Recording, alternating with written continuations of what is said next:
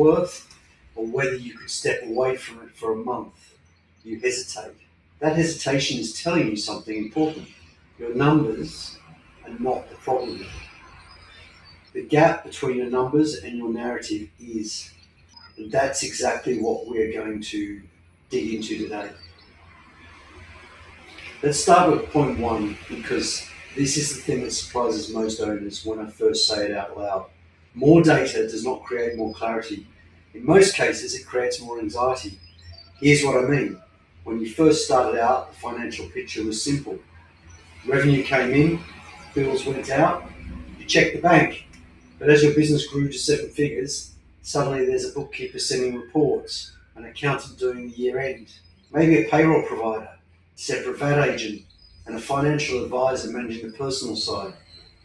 Each of those people is doing their job. None of them is looking at the whole picture.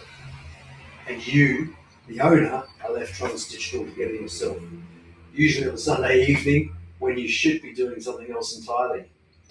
Research published by the Association of Chartered Certified Accountants found that small and mid-sized business owners consistently report that their biggest financial challenge is not access to data, but the ability to interpret and act on it. They have the numbers, they lack the narrative, and there is a name for what is causing that. It's called fragmentation. Your financial services are fragmented across multiple providers who do not speak to each other, do not share context, and have no incentive to give you a joined-up view. The result is that you have lots of accurate, up-to-date, and completely disconnected pieces of information that create more questions than they do answers. And there is one specific consequence of that fragmentation that most owners never connect to: the feeling of being stuck.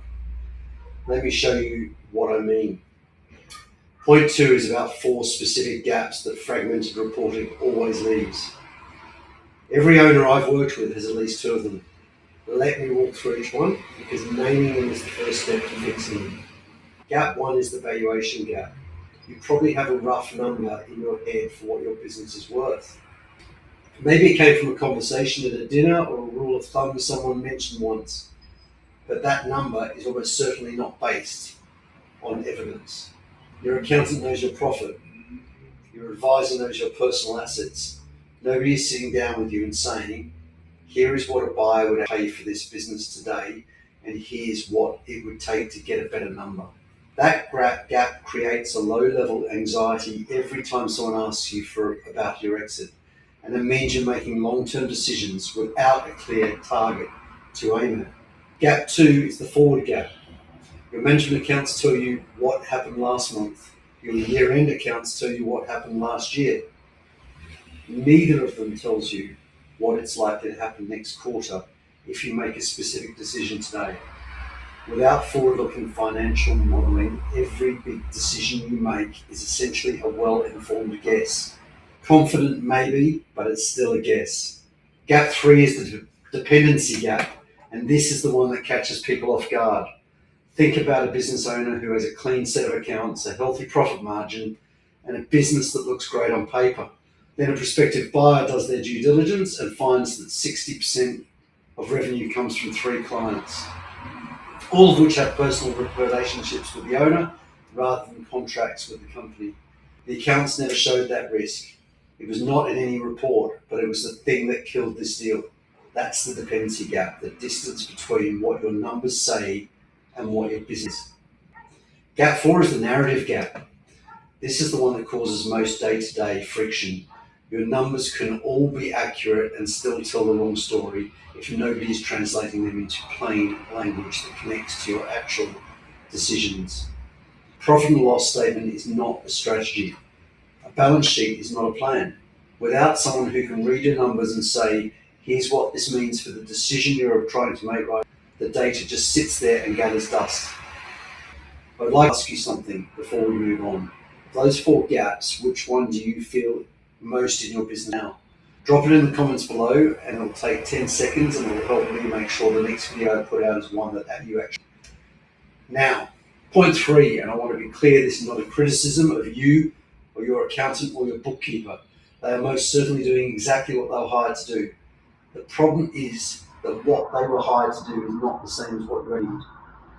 A survey by the Institute of Chartered Accountants in England and Wales found that the majority of SME owners describe their relationship with their accountant as primarily compliance focused.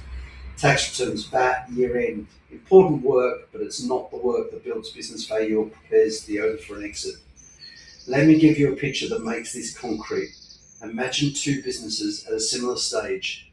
Both have turnover just above 2 million, both have a good accountant. The first owner gets a set of accounts each year, a tax bill, and a brief meeting where everything is explained to them. The second owner gets the same compliance work, but also gets a quarterly conversation about their value builder score, a clear picture of how their business would look to a buyer, and a running plan to reduce its dependency on them personally. In 3 years, the second owner has a business worth materially more than and could step away from it. The first owner is still checking the bank balance on a Friday afternoon, wondering why nothing seems to be moving forward. The difference isn't the data. Both owners had roughly the same numbers. The difference is the narrative layer sitting on top of the data. Someone able to translate the numbers into decisions, into value, into a plan. That is the layer that most financial service providers simply do not offer, not because they're not capable, but because it is not what they were set up to do. Point 4, let me give you a clear picture of what joined up intelligence when it's working properly, so you know exactly what you're aiming for. First, you have a baseline valuation that is evidence-based, not a rule of thumb. You know what your business is worth today, and you know the specific drivers that will increase that number, and you have a score against each of those drivers so you can track your progress over time.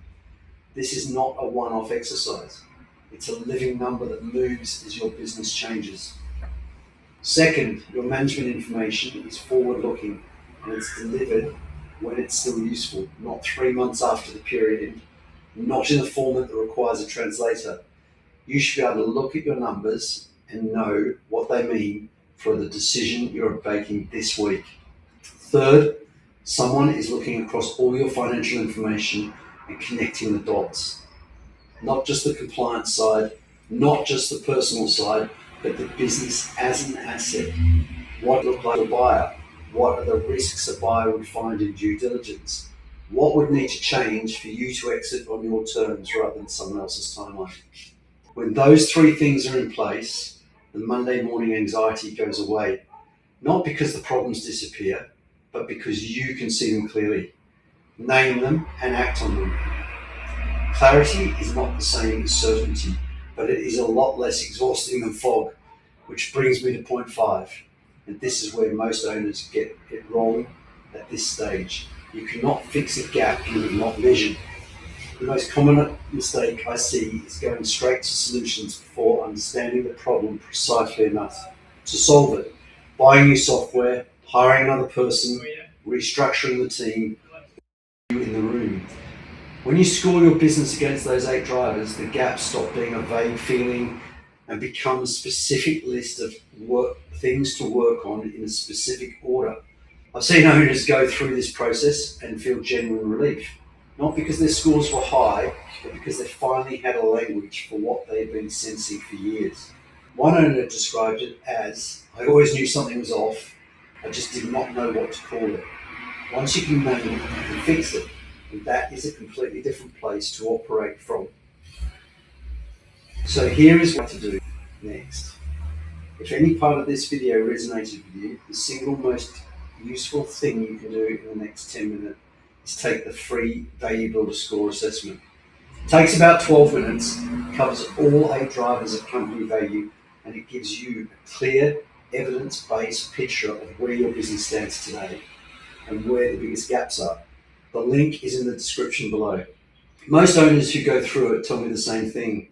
They already knew something was not quite right, but they did not have a way to measure it or talk about it. The assessment gives you both a number, a benchmark, and a starting point for a conversation that's useful. Before you go, drop a comment below. Which of the 4 gaps talked about today is showing up most in your business now? The valuation gap, the forward gap, the dependency gap, or the narrative gap? I read every comment and it generally shapes what I make next. Answer matters. Finally, if you found this useful, There is a video coming up next that goes deeper on the dependency gap, specifically